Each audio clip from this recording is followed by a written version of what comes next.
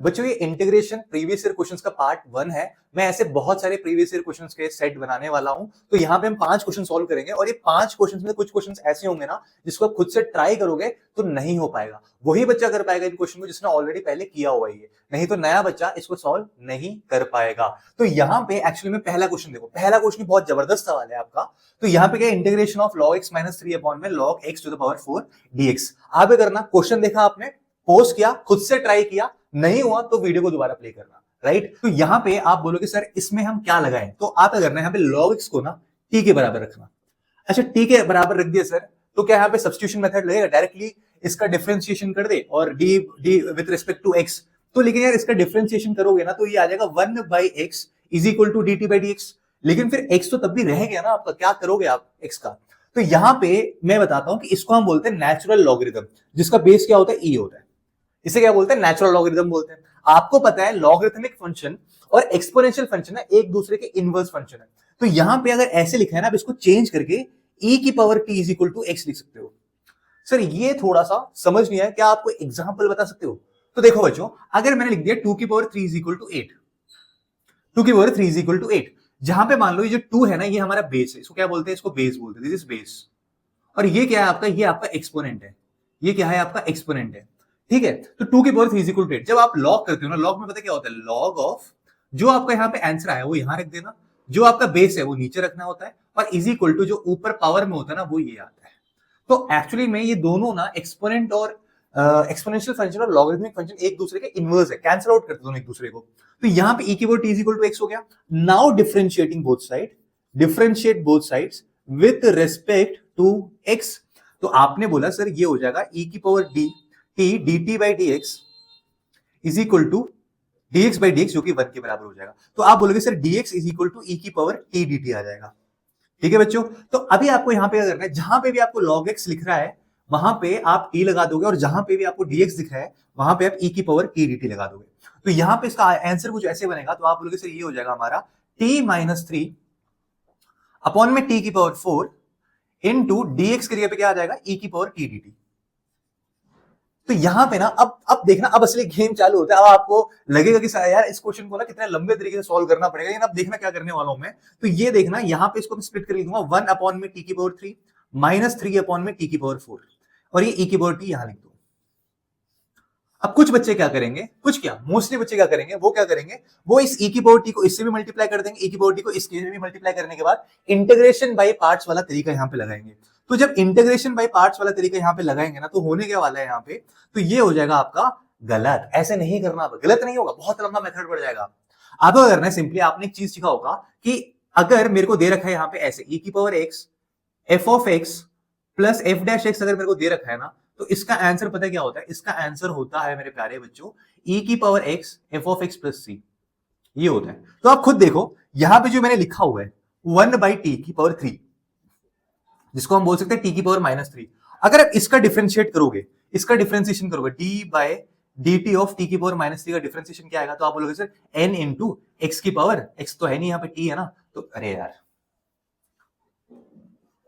तो आप बोलोगे सर माइनस 3 इंटू टी की power minus 3 minus 1, minus 3 minus 1, जो क्या हो जाएगा माइनस 3 इंटू टी की पावर माइनस 4। तो ये हो जाएगा माइनस 3 अपॉन में टी की पावर 4। आप खुद देखो यहाँ पे आपने इस चीज को डिफरेंशिएट किया और आपका क्या आ गया, ये आ गया। तो इसका मतलब ये मेरा एफ ऑफ एक्स होगा और ये मेरा एफ डैश एक्स होगा।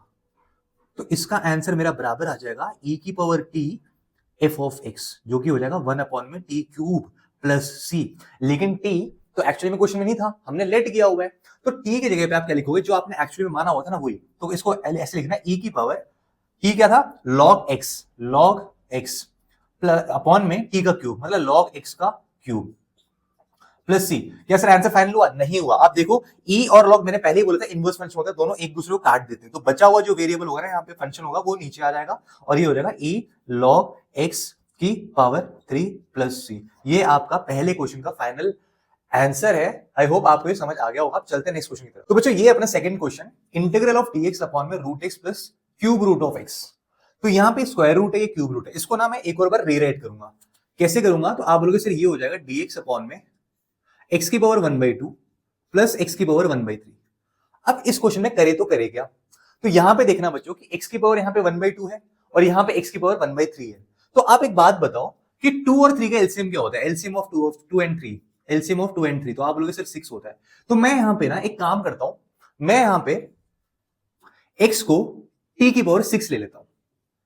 x को क्या ले लूंगा? t की पावर 6। 6 क्यों? क्योंकि 2 और 3 का एलसीएम क्या हुआ? 6 हुआ। अब मैं क्या करता हूं, अब मैं इसको डिफरेंशिएट करता हूं with respect to x, differentiating both sides with respect to x।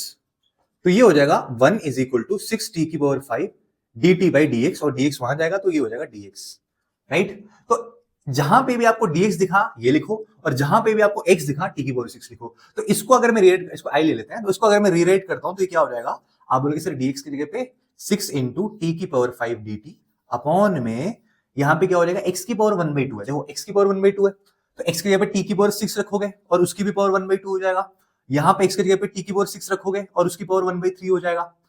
2 से 6 कटा 3 टाइम्स, 3 से 6 कटा 2 टाइम्स पे, तो ये रीराइट करते टाइम ऐसे हो जाएगा 6t की पावर 5 dt। 6 को चाहे तो बाहर निकाल दो, कांस्टेंट है, तो ये हो जाएगा t की पावर 3 प्लस t की पावर 2, राइट। अब देखो इसमें एक और चीज कर सकते हैं, क्योंकि यहाँ पे t की पावर 2 कॉमन है, t की पावर 2 यहाँ पे नीचे देखो कॉमन है, तो t की पावर 2 में नीचे से कॉमन निकाल दूंगा, तो ये हो जाएगा 6 इंटू टी की पावर 5 dt अपॉन में t की पावर 2 कॉमन निकाला, तो ये हो जाएगा t प्लस 1। अब देखो नीचे से टी स्क्वायर और ऊपर से टी स्क्वायर कट जाएगा, तो यहाँ पे क्या आएगा? आप बोलोगे सिर्फ 6 into integral of T cube D T upon में टी प्लस 1, राइट।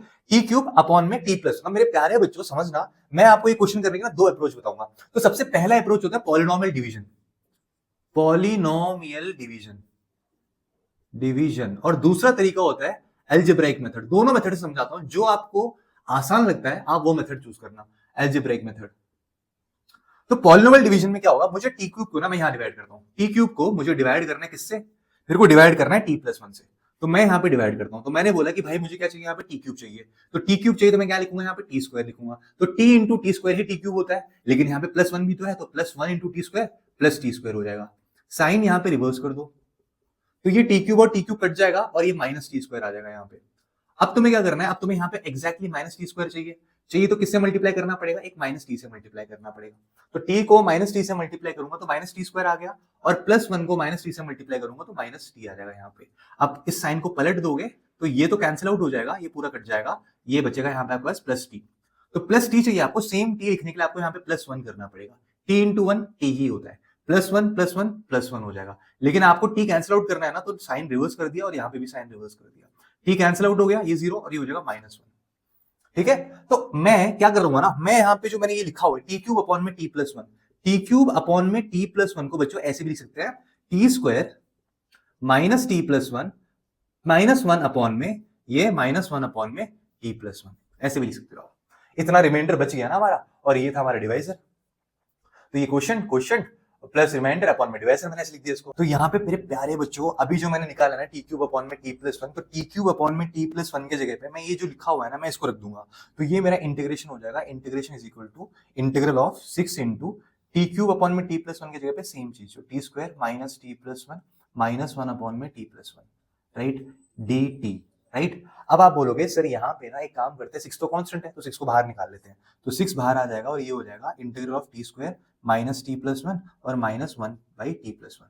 इंटीग्रेशन को सेपरेट भी कर सकते हैं, सेपरेट कैसे? ये लगाओ इस पे ब्रैकेट और यहाँ पे भी एक इंटीग्रेशन का साइन लगा दो और यहाँ लिख दो डी टी और यहाँ लिख दो डी टी, हो गया इंटीग्रेशन आपका सेपरेट। अब देखना बच्चों ये जो चीज है ना मैं यहाँ पे रुकता हूँ, मैं सेकंड मेथड आपको दिखाता हूँ कि इस क्वेश्चन को सेकंड मेथड से कैसे कर सकते हैं। तो आप बोलोगे सर ये ना एक काम करते हैं, टी क्यूब जैसे नीचे क्या लिखा है यहाँ पे टी प्लस 1 लिखा है, तो ऊपर भी एक प्लस 1 लिख दो, लेकिन प्लस 1 ऐसे आसमान से होना आ जाएगा, आपको -1 भी लिखना पड़ेगा, तो ये हो जाएगा -1 इंटीग्रल ऑफ ये डी टी हो जाएगा, टी क्यूब प्लस 1 -1 अपॉन में टी प्लस 1 डी टी। अब आपको पता है कि a cube plus b cube का फॉर्मूला क्या होता है? a plus b into a square plus b square minus a b. तो यहां पे मैं क्या करूंगा, इसको लिखूंगा t plus 1 into t square plus 1 का स्क्वायर माइनस टी इंटू 1 जो कि टी के बराबर हो जाएगा। लेकिन यहाँ पे -1 भी है, अपॉन में टी प्लस 1 सेपरेट कर दो और यहाँ पे इस टी प्लस 1 को भी सेपरेट कर दो, यानी कि मैंने इसको सॉल्व किया है, इसको सॉल्व करके मैंने ऐसा लिख दिया, अपॉन में टी प्लस 1 है इंटीग्रल। अब देखो टी प्लस 1 से टी प्लस 1 कैंसिल आउट हो जाएगा और ये हो जाएगा आपका integration of T square plus 1 minus T minus integral of 1 upon में टी प्लस 1 dt। और आप देखो इन सबके बाहर पे क्या लगा हुआ है? 6 लगा हुआ है, 6 को लगाना मत भूल जाना, गलत हो जाएगा पेपर में। तो देखो T square plus one minus T, T square plus one minus T minus integral of one upon में टी प्लस वन। दोनों मेथड से करोगे आंसर सेम आएगा आपका। आपकी मर्जी है आपको कौन सा मेथड चूज करना है। तो यहाँ पे क्या हो जाएगा, आप बोलोगे सर ये हो जाएगा 6 इंटू पूरा 6 यहाँ बाहर रखो, टी क्यूब बाई 3 इसका इंटीग्रेशन प्लस इसका dt, यहाँ पे dt भी है ना, तो dt का इंटीग्रेशन t होता है, t का integration minus T square by 2 हो जाएगा, यहाँ पे t है तो ये टी स्क्वायर बाई 2 हो जाएगा, माइनस ये log t प्लस 1 हो जाएगा यहाँ पे, कि 1 अपॉन में x का इंटीग्रेशन क्या होता है log x होता है, तो 1 अपॉन में t प्लस 1 का log t प्लस 1 हो जाएगा, और ये प्लस c। अब यहाँ पे तुम क्या करना, t तो हमने मानी हुई चीज है ना, हमने लेट की हुई चीज है, t एक्चुअली में क्या है, तो आप बोलोगे सर t एक्चुअली में ना ये है x की पावर, क्योंकि x इज इक्वल टू अगर t की पावर 6 है तो t is equal to x की पावर 1/6 है, तो यहाँ पे t की जगह पे मैं लिखूंगा x की पावर 1/6, x की पावर 1/6 का होल क्यूब अपॉन में 3 प्लस x की पावर 1/6 माइनस x की पावर 1/6 का होल स्क्वायर अपॉन में 2 माइनस लॉग इनटू x की पावर 1/6 प्लस 1। ये खतरनाक। अब यहाँ पे इसको सॉल्व करोगे तो क्या आएगा, आप बोलोगे सर ये देखो 6 से मल्टीप्लाई करोगे इसको, 3 2 6, 2 इंटू एक्स की पावर 1/2 प्लस एक्स की पावर 1/6, इसको मल्टीप्लाई करोगे 1/2। अब देखो 6 से मल्टीप्लाई किया ना तो 6 यहाँ पे भी आ जाएगा, 6 से मल्टीप्लाई करोगे तो 6 यहाँ पे भी आएगा, तो 2 3 6 हो जाएगा यहाँ पे, तो माइनस 3 इंटू एक्स की पावर 1/3 माइनस 6 लॉग एक्स की पावर 6 प्लस 1 प्लस सी। तो ये बच्चों आपका फाइनल आंसर है। क्वेश्चन ज्यादा मुश्किल नहीं है, अगर आपको इतना पार्ट पता है ना, ये पूरा करना आता है आपको, और ये थोड़ा सा आपको या तो ये आता हो या तो अलजेब्रिक मेथड आता हो, आपका फाइनल आंसर निकल जाएगा। तो बच्चों अगर आपको ये समझ आ गया तो चलते हैं अब थर्ड क्वेश्चन पे। तो ये रहा बच्चों तीसरा सवाल, ये आपके बुक में भी ऐसा वाला सवाल, तो ये ज्यादा मुश्किल नहीं है, इसको देखो ये भी प्रीवियस ईयर क्वेश्चन है, मतलब आपके बुक से भी क्वेश्चन एग्जैक्टली वैसे के वैसे आ रहे हैं। आपको करना है यहाँ पे, देखो मैं sin x को अगर t मान लेता हूँ तो आपको पता है कि sin x का डिफरेंशिएशन करने पे cos x आ जाता है, तो मैं करूंगा मैं sin x को t मान लूंगा, तो sin x is equal to t ले लिया मैंने। अब मैं क्या करूंगा, differentiating both side with respect to x, differentiating both side with respect to x, तो ये आप बोलोगे सर cos x हो जाएगा मेरा dt बाई dx, यानी कि cos x dx is equal to हो जाएगा dt, cos x dx हो जाएगा dt। तो यहाँ पे न्यूमरेटर को मैं रिप्लेस कर दूंगा किससे, cos x dx से, तो ये हो जाएगा cos x dx को dt से, और नीचे आ जाएगा मेरा 1 plus t into 4 plus T integral. अब देखो यहाँ पे लिमिट क्या लगा है, आप खुद देखो, जब यहाँ पे वेरिएबल x था तो लिमिट 0 से पाई बाई 2 है, लेकिन मैंने वेरिएबल को बदल दिया ना, अब मेरा वेरिएबल क्या है, t है, तो वेरिएबल जब बदलता है तो लिमिट भी बदलेगा। तो जैसे जब आपका, अब लिमिट की बात करते हैं, लिमिट कैसे चूज करेंगे, तो जब मैंने अपना lower limit x is equal to 0 था तो t किसके बराबर आ जाएगा, तो t तो साइन 0 है, t तो साइन x के बराबर है, तो ये हो जाएगा साइन 0, और साइन 0 क्या होता है 0, तो जब t x 0 है तो मेरा t भी 0 होगा, ठीक है ये भी 0 होगा। अच्छा बात कर रहे हैं जब आपका x upper limit pi by 2 के बराबर था तो आपका t किसके बराबर आएगा, तो आप बोलोगे sir t is equal to हो जाएगा साइन पाई बाई 2, तो t इज इक्वल टू हो जाएगा साइन पाई बाई 2, और वो किसके बराबर होता है, साइन पाई बाई 2 बराबर होता है 1 के, तो ये आ गया आपका अपर लिमिट 1। तो अभी लिमिट सेट हो गई हमारी, अब इसको सॉल्व कैसे करें, तो आप मेरे प्यारे बच्चों देखना, अगर यहाँ पे कुछ ऐसा लिखा हुआ है 1 अपॉन में 1 plus T into 4 plus T, ऐसे वाले क्वेश्चंस को सॉल्व करने के लिए आपको इंटीग्रेशन बाय पार्शियल फ्रैक्शन वाला मेथड यूज करना पड़ता है। तो इंटीग्रेशन बाय पार्शियल फ्रैक्शन कैसे होगा, तो आप बोलोगे सर देखो यहाँ पे क्या है, a अपॉन में हम क्या कर देंगे 1 प्लस टी लिख देंगे, और यहाँ पे प्लस b अपॉन में 4 प्लस टी लिख देंगे, राइट। अब जब इसको हम एलसीएम लेंगे, राइट साइड वाले के एलसीएम लेंगे, तो नीचे तो क्या आएगा 1 प्लस टी और ये हो जाएगा 4 प्लस टी मल्टीप्लीकेशन में, इसको प्रोडक्ट करोगे तो a into 4 plus T plus b into 1 plus T. अच्छा इसको खोलोगे तो ये हो जाएगा 4a प्लस b, और यहाँ पे जो t वाला है उसको एक साथ लिख दो, a प्लस b और ब्रैकेट में इसको रखे t ऐसे, कि t a t plus b t आएगा ना, तो a प्लस b मैंने एक साथ रख दिया, t को बाहर रख दिया, तो ये हो जाएगा 1 plus T into 4 plus T. तो आप खुद देखोगे ये जो नीचे जो लिखा हुआ है ना, ये 1 plus T into 4 plus T, ये तो पूरा कैंसिल आउट हो जाएगा देखो। तो यहाँ पे आप बोलोगे सर यहाँ पे क्या t की कोई टर्म है क्या, t की टर्म तो नहीं है, क्योंकि इसका मतलब तो 1 प्लस 0 t होता है, t का तो कोएफिशिएंट 0 है, तो यहाँ पे मैं क्या बोलूंगा भाई a प्लस b को आप 0 रखो, a प्लस बी 0 के बराबर रखो, 4a प्लस बी को 1 के बराबर रखो, 4a प्लस बी को 1 के बराबर रखो। देखो ये कांस्टेंट टर्म है, पूरा का पूरा कांस्टेंट, राइट साइड है कांस्टेंट, लेफ्ट साइड है कांस्टेंट के बराबर हो जाएगा। तो आपने बोला sir a plus b equal to 0 है, तो a इज इक्वल टू क्या हो जाएगा, माइनस बी के बराबर हो जाएगा, a is equal to minus b. तो यहाँ पे आप बोलोगे सर 4a, जैसे b को माइनस ए भी लिख सकते हैं, b is equal to minus A, तो ये हो जाएगा minus A is equal to 1, तो 3a इज इक्वल टू हो जाएगा 1/3। अगर a 1/3 है तो आपका b हो जाएगा, आप देखो यहाँ पुट करोगे तो ये हो जाएगा -1/3। तो आपका ए भी आ गया, बी भी आ गया। तो अब ना इस चीज को मैं रीराइट कर सकता हूं ऐसे। अब देखो यहाँ पे क्या हो जाएगा, तो इसी चीज को dt अपॉन में 0 से 1 dt अपॉन में 1 plus T into 4 plus T क्या हो जाएगा। तो आप बोलोगे प्यारे बच्चों कि सर अभी आपने बताया कि यहाँ पे हम a के जगह पे क्या लिख देंगे, 1/3 लिख देंगे, अपॉन में क्या करेंगे, यहाँ पे 1 प्लस टी लिख देंगे, ठीक है सर, प्लस यहाँ पे b की जगह पे माइनस 1/3 लिख देंगे, और यहाँ पे नीचे क्या था, 4 प्लस टी था, तो ये 4 प्लस टी यहाँ लिख देंगे। अच्छा जी सर, इसको ऐसे इंटीग्रेशन साइन लगा देंगे और यहाँ dt लिख देंगे। एक काम करते हैं, इंटीग्रेशन का साइन ना सेपरेट अभी नहीं करते हैं, अभी इसको सेपरेट नहीं करते हैं, वो ज्यादा आसान रहेगा, सेपरेट करेंगे दिक्कत हो जाएगी। अभी देखो क्या करने वाला हूं मैं, 1/3 पूरे में से कॉमन निकाल लो, कांस्टेंट है, तो ये हो जाएगा भैया, आप बोलोगे सर ये हो जाएगा integration of 1/1 plus T minus 1 upon में 4 प्लस टी, ठीक है, dt लगाओ, यहाँ पे भी dt लगाओ, तो ये हो जाएगा 1/3, 1 अपॉन में t क्या होता है, log 1 प्लस टी, और ये क्या हो जाएगा log 4 प्लस टी, ठीक है, और ये पूरा का प्लस सी। लेकिन यहाँ पे लिमिट भी तो है भाई, लिमिट भी तो है, लिमिट का है 0 से 1 है, तो यहाँ 0 से 1।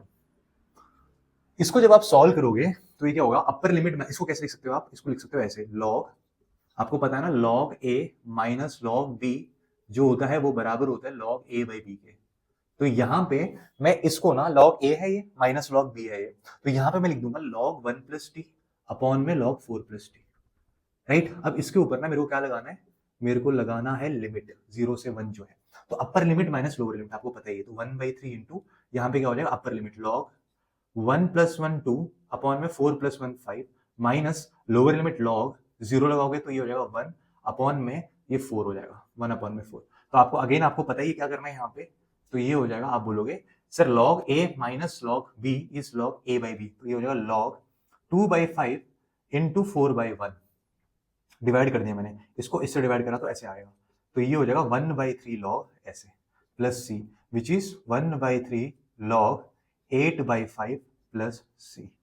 तो ये आ गया आपका इस क्वेश्चन का आंसर। बच्चों अब चलते हैं हमारे चौथे क्वेश्चन की तरफ। तो ये क्वेश्चन भी ना आपके एनसीईआरटी में है, ऐसा क्वेश्चन हमने करा हुआ है। तो यहाँ पे इस क्वेश्चन को सॉल्व करने का करेंगे, एक प्रॉपर्टी होती है कि इंटीग्रल 0 से a f of x dx is equal to क्या होता है, आप बोलोगे सर 0 से a f of a minus x dx, है ना। तो यहाँ पे मैं करूंगा, जहां पे भी x लिखा है ना वहां पे पाई माइनस x लिख दूंगा, तो इसका आंसर ऐसे आ जाएगा, i इज इक्वल टू, इसको i मान लेते हैं, 0 से ये i इज इक्वल टू ये चीज, i इज इक्वल टू 0 से पाई माइनस x अपॉन में 1 plus sine pi minus x dx, ठीक है। Pi minus x is upon में 1 plus sine pi minus theta, sine pi minus theta का मतलब second quadrant, और आपको पता है सेकंड क्वाड्रेंट में साइन पॉजिटिव रहता है, और क्योंकि पाई है, पाई बाई 2 का कोई ऑड मल्टीपल नहीं है, तो साइन का जो फंक्शन है वो कॉस में चेंज नहीं होगा, तो यहाँ पे साइन साइन ही रहेगा, तो ये हो जाएगा 1 plus sine x, sine positive है और फंक्शन भी चेंज नहीं होगा साइन पाई माइनस x में, ये हो गया 0 से पाई dx। अब क्या करूं, इसको स्प्लिट कर दो, तोड़ दो इसको, कैसे तोड़ेंगे इसको, i इज इक्वल टू 0 से पाई अपॉन में 1 plus sine x minus x upon में 1 प्लस साइन x dx, और यहां पे भी 0 से पाई लिख दो। एक बात बताओ, क्वेश्चन में हम जो i लेके चल रहे हैं क्या वही सेम चीज यहां पे नहीं आ गई, तो आप एक काम करो, यहां पे ना i के जगह पे, यहां पे इसके जगह पे, अच्छा आप एक बात बताओ, यहाँ पे हम जो ये सॉल्व कर रहे हैं, ये जो राइट साइड वाला पाई इसके राइट साइड में जो है एग्जैक्टली क्वेश्चन में सेम चीज नहीं पूछा हुआ उन्होंने, एग्जैक्टली सेम चीज पूछा हुआ है, तो मैं यहाँ पे ना इसको मैं क्या मान लूंगा, i मान लूंगा, तो ये क्या हो जाएगा, i इज इक्वल टू 0 से पाई अपॉन में 1 plus sine x minus i, इस i को वहां ले जाओगे तो 2i बराबर 0 से पाई अपॉन में 1 प्लस साइन x।